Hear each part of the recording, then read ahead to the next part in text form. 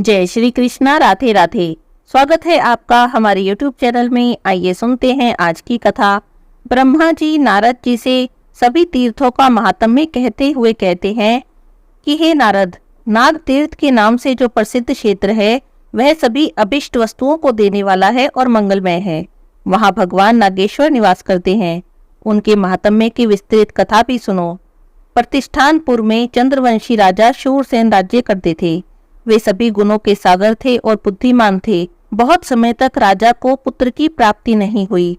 दीर्घ काल के बाद उन्हें एक पुत्र की प्राप्ति हुई, किंतु वह पुत्र एक भयानक आकार वाला सर्प था। राजा ने उस पुत्र को बहुत छिपा कर रखा। किसी को भी इस बात का पता न लगा कि राजा का पुत्र सर्प है। अंतःपुर अथवा पहाड़ का मनुष्य भी इस भेद से परिचित न हो सका। माता पिता के सिवाय धाय, अमात्य, पुरोहित भी यह बात नहीं जानते थे कि राजा का पुत्र सर्प है। उस भयंकर सर्प को देखकर पत्नी सहित राजा को प्रतिदिन बड़ा संताप होता था। वे सोचते, सर्प रूपी पुत्र की अपेक्षा तो पुत्रहीन ही रहना अच्छा था। वह था तो बहुत बड़ा सर्प, किंतु बातें मनुष्यों की सी करता था। उसने अपने पिता से कहा कि मेरे चूड़ाकरण, उपनयन और वेदाध्ययन संस्कार कराइए।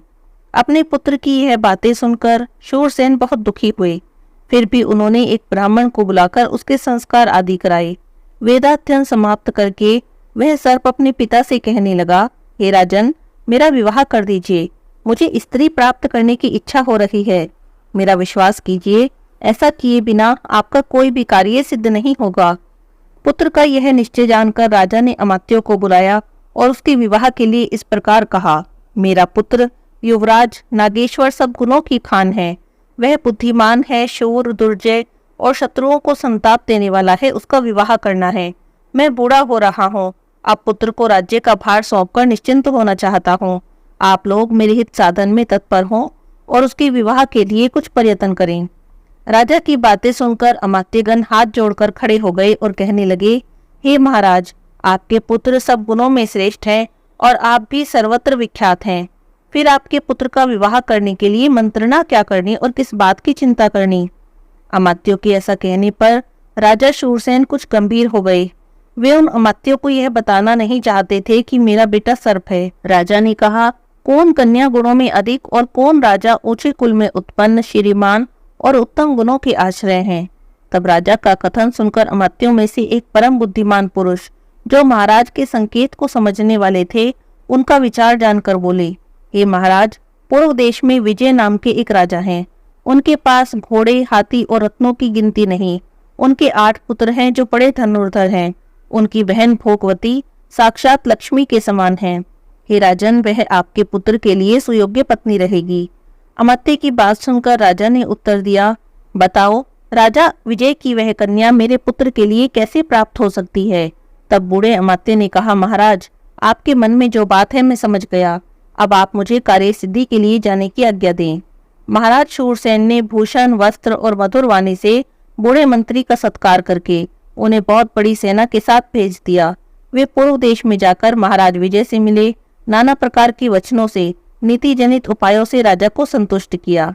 मंत्री ने राजकुमारी भोगवती और युवराज नाग का विवाह तय करा दिया। राजा विजय ने कन्या देना स्वीकार कर लिया। अब मंत्री लौट आए और शूरसेन से उन्होंने विवाह निश्चित होने का सब वृतांत कहा। उसके बाद कुछ समय व्यतीत हो जाने पर वृद्ध मंत्री अन्य सब सचिवों को साथ लेकर राजा विजय के यहाँ पहुंचे और इस प्रकार बोले, हे राजन, महाराज शूरसेन के राजकुमार नाग बड़े ही बुद्धिमान और गुणों के समुद्र हैं। वे स्वयं यहाँ नहीं आना चाहते। क्षत्रियों के विवाह अनेक प्रकार से होते हैं, अतः यह विवाह शस्त्रों द्वारा हो जाए तो अच्छा है। वृद्ध मंत्री की बातें सुनकर राजा विनय ने उन्हें सत्य माना और भोगवती का विवाह शस्त्र के साथ शास्त्र विधि के अनुसार संपन्न हो गया। विवाह के बाद महाराज ने बड़े हर्ष के साथ बहुत सी गौएं, स्वर्ण, अश्व आदि सामग्री दहेज में लेकर अपनी कन्या को विदा कर दिया। साथ ही अपने अमात्यों को भी भेजा। बूढ़े मंत्री आदि सचिवों ने प्रतिष्ठान में आकर महाराज शूरसेन को उनकी पुत्रवधू समर्पित कर दी। राजा विजय ने जो विनय पूर्वक वचन कहे थे उन्हें भी सुनाया और उनकी दी हुई दहेज सामग्री, विचित्र आभूषण, दासियां, वस्त्र सब निवेदन किया। इन सब कार्यों का संपादन करके वे लोग कृतकृत्य हो गए। राजकुमारी भोगवती के साथ जो विजय के अमात्य पधारे थे, उनका महाराज शूरसेन ने बड़े बड़े सम्मान के साथ स्वागत सत्कार किया, जिसे सुनकर राजा विजय को प्रसन्नता हो ऐसा बर्ताव करके उन सबको विदा कर दिया। राजा विजय की कन्या रूपवती थी। वह सुंदरी सदा अपने सास ससुर की सेवा करती थी। भोगवती का पति अत्यंत भीषण महानाग रत्नों से सुशोभित एकांत गृह में सुगंधित पुष्पों से बिछी हुई सुखद शैया पर आराम करता था। उसने अपने माता पिता से बार बार कहा कि मेरी पत्नी राजकुमारी मेरे पास क्यों नहीं आती। पुत्र की यह बात सुनकर उसकी माता ने धाय से कहा, तुम भोगवती से जाकर कहो तुम्हारा पति एक सर्प है, देखो इस पर वह क्या कहती है। बहुत अच्छा कहकर धाय भोगवती के पास गई और एकांत में विनीत भाव से बोली, कल्याणी, मैं तुम्हारे पति को जानती हूँ, वे देवता हैं, किंतु यह बात किसी पर प्रकट न करना कि वे मनुष्य नहीं सर्प हैं। धाय की बात सुनकर भोगवती ने कहा, मनुष्य कन्या को सामान्यतः मनुष्य ही पति मिलता है।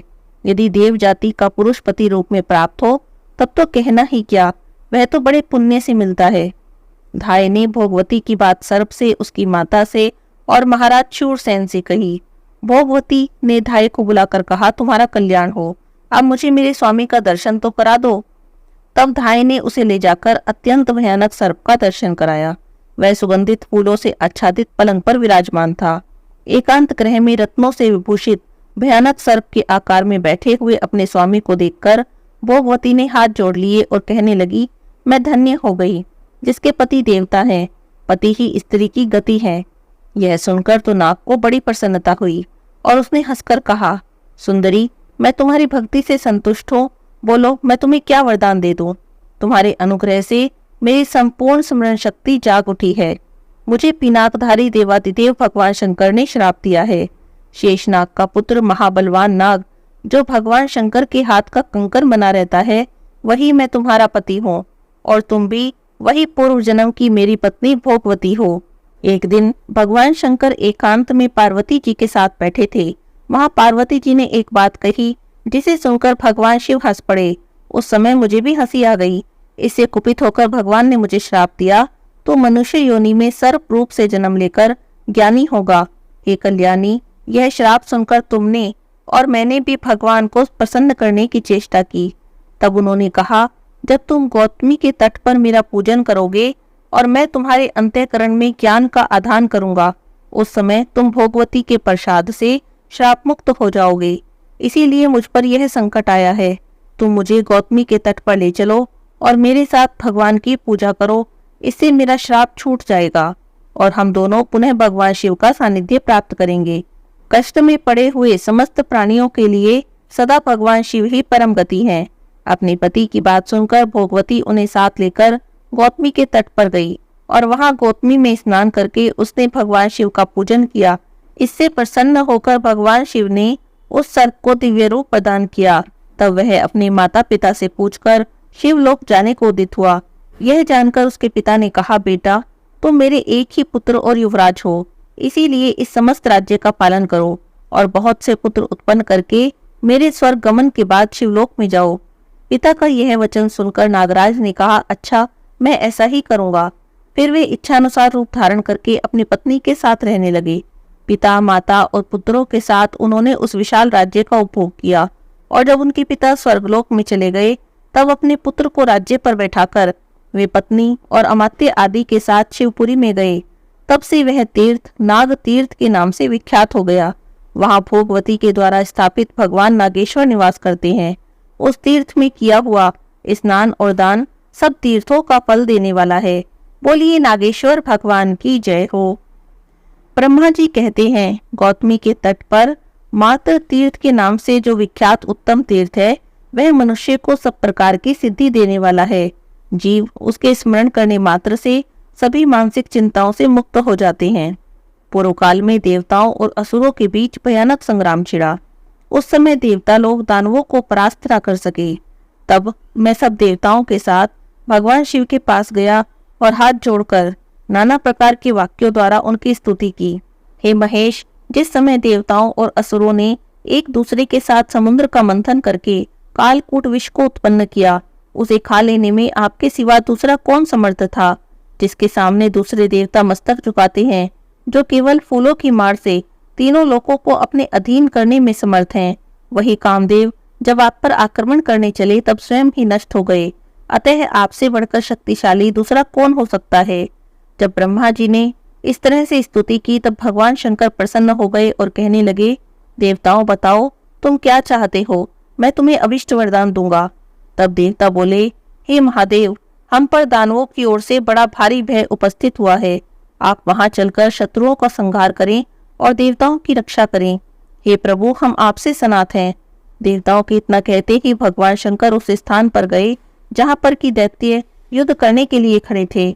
वहां पर दैत्यों का शंकर जी के साथ घमासान युद्ध छिड़ गया। सभी दैत्य इधर उधर भागने लगे। युद्ध करते समय शंकर जी के ललाट से पसीने की बूंदें गिरने लगी।